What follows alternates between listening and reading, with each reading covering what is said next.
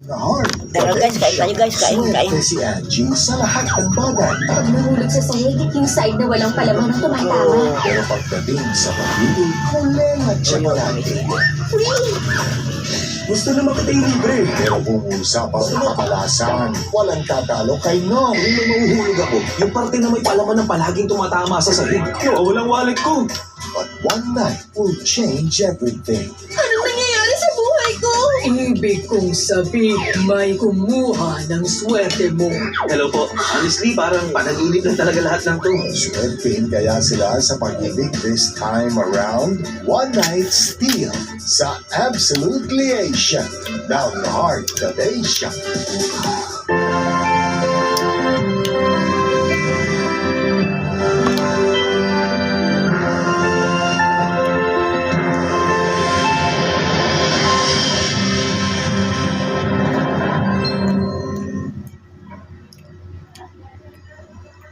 Marilyn? Bakit po? May kailangan po ba kayo? Wala naman.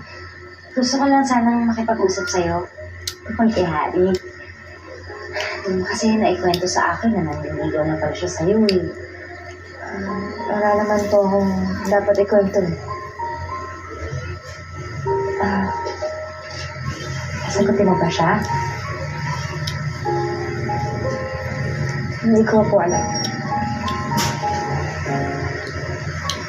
Anak, yung sa akin lang naman, sana pag-isipan mo munang mabuti. Hindi rin naman kasi ganun-ganun lang ang pagbo-boyfriend.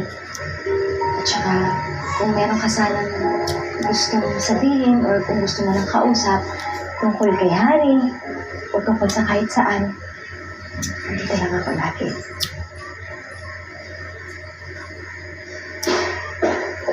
Oh, hi, Marilyn! Hello, Allison. Excuse me, mauna na ako.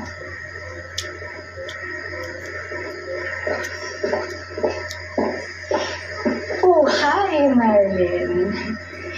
So, kamusta yung dating ni Harry? Nakita ko kasi kayo kahapon magkasama. Kayo na ba? Hindi, kaibigan na kami ni Harry.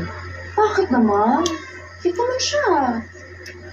Wait, don't tell me you're still hung up on Jerome. Hindi Really no.